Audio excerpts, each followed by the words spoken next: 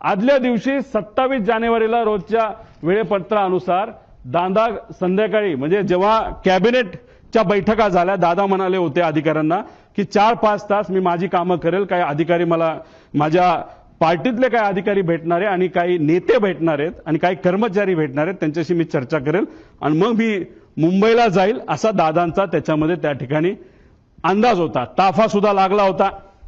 एक फार मोठे नेते दादांना भेटण्यासाठी येणार होते, ते वेळेत येणार होते, पण उशीर झाला.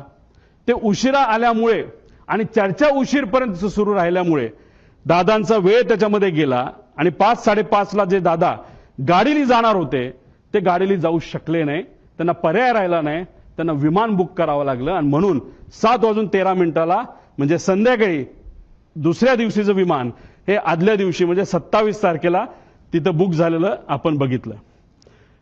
पूर्व विदर्भातील एक कुठले तरी नेते हे मोबाईल चेक करा दादांचे, नाही तर लँडलाईनवर कोणाचा फोन होता काय होता मला माहित नाही, पण मला जे कळालेलं आहे सही करावीच लागते. फार महत्वाची फाईल आहे आणि मग ती फाईल कुठे हे जेव्हा बघितलं गेलं ती फाईल घरी नव्हती, ती फाईल मंत्रालयाच्या कार्यालयामध्ये होती दादांच्या.